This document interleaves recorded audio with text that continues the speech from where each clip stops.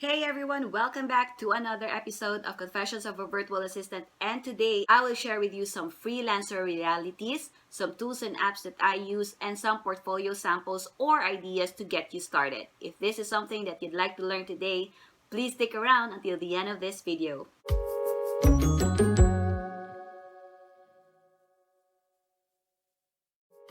Freelancer reality number one, it's the skills that sell.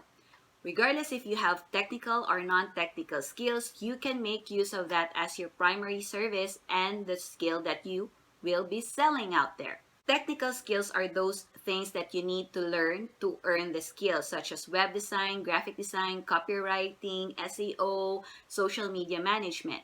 Whereas the non-technical skills are those interpersonal skills, customer service skills, marketing skills, organizational skills, and even attention to detail is a skill. Of course, if you have both technical and non-technical skills, the better. But you can start with what you have right now. Freelancer reality number two.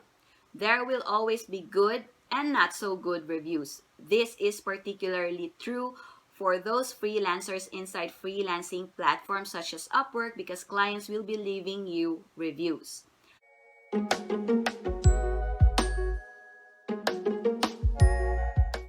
Good reviews and not so good reviews happen. So what you can do with those bad reviews is to make use of that as a tool for growth, make use of that to improve the areas you need to improve, and make use of your good reviews as your source of motivation and a fuel to add to your fire to keep working excellently and to keep doing your best. Freelancer reality number three. There will always be rejections and ejections from time to time. Rejections because, of course, inside freelancer platforms, you will be sending and submitting proposals. And not all the time you'll get noticed, you'll get ignored, or you'll get an interview but you won't get the project after the interview. That happens and it's okay. It's fine. It doesn't mean that you're not good enough or you can't do the job. It just happened. It just happens. And there will also be ejections. What do I mean by this? At some point in your freelancing journey, clients have to let you go. Because in the freelancing world, clients can end a project anytime and can let you go anytime. So be thick-skinned just in case. Another freelancer reality is that you have to manage your expectations because there will be clients who are not as expressive as others. What do I mean by this? There will be clients who will be less expressive when it comes to appreciating your work or showing your value. Okay? That happens. There are also clients who will give you all the compliments in the world. But there will be clients who won't do the same. So keep that in mind.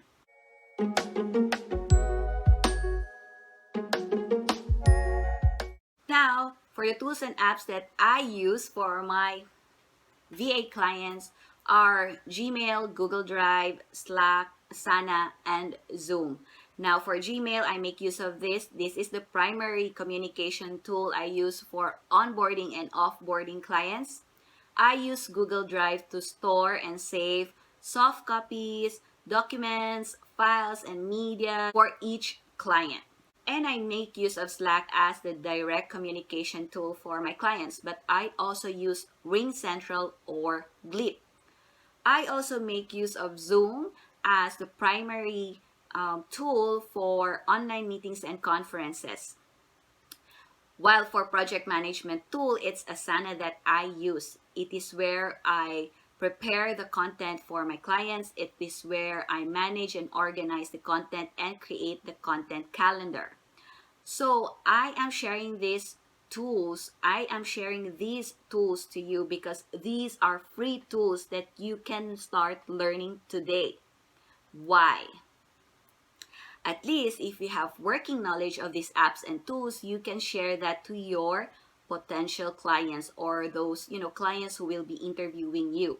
You can share to them that you have good working knowledge of these tools and apps that you know and they know can help their businesses. So start learning today. Now, when it comes to creating or building your portfolio, you don't necessarily have to have experience to get started, okay? You just have to be creative. So let's say you are into email handling. So make use of your own email or of your own inbox as your portfolio or sample. Make use of the filters and tags and categories in your own email or inbox and share that to your client. Get a screenshot or do a screen recording of your inbox and make that as your portfolio. Important thing is that the clients can have a pic of what they can expect should they hire you. Let's say you're into graphic design, then you can make use of Canva to create mock-up designs. Whether it's for a flyer, a brochure, pins, thumbnails, social media images, it's up to you. The more, the better. Why not? Now, at least when you have mock-up designs, you can show that to your clients and the clients can have a clear view of your creativity and your design skills. Now, let's say you are into writing. Then, write articles or blogs and save them in Google Doc or Word document as long as you add watermark for copyright purposes. Another thing is that, let's say you're into web design. Then make use of the free hosting available from WordPress and Wixsite and design your own website and make use of that as your sample or your portfolio. Because why not? Another thing is, let's say if you are into social media management, then create your own social media account. It doesn't necessarily mean that you have to create social accounts for all platforms. You can make use of only one platform and put all your effort in there and make use of that as your portfolio. You can have a screenshot of your own social account or you can share the link to your potential client, and then you can also have example of how you study the analytics of your social accounts and so on and so forth. So you see, even if you are a newbie, even if you don't have experience, you can create your portfolio.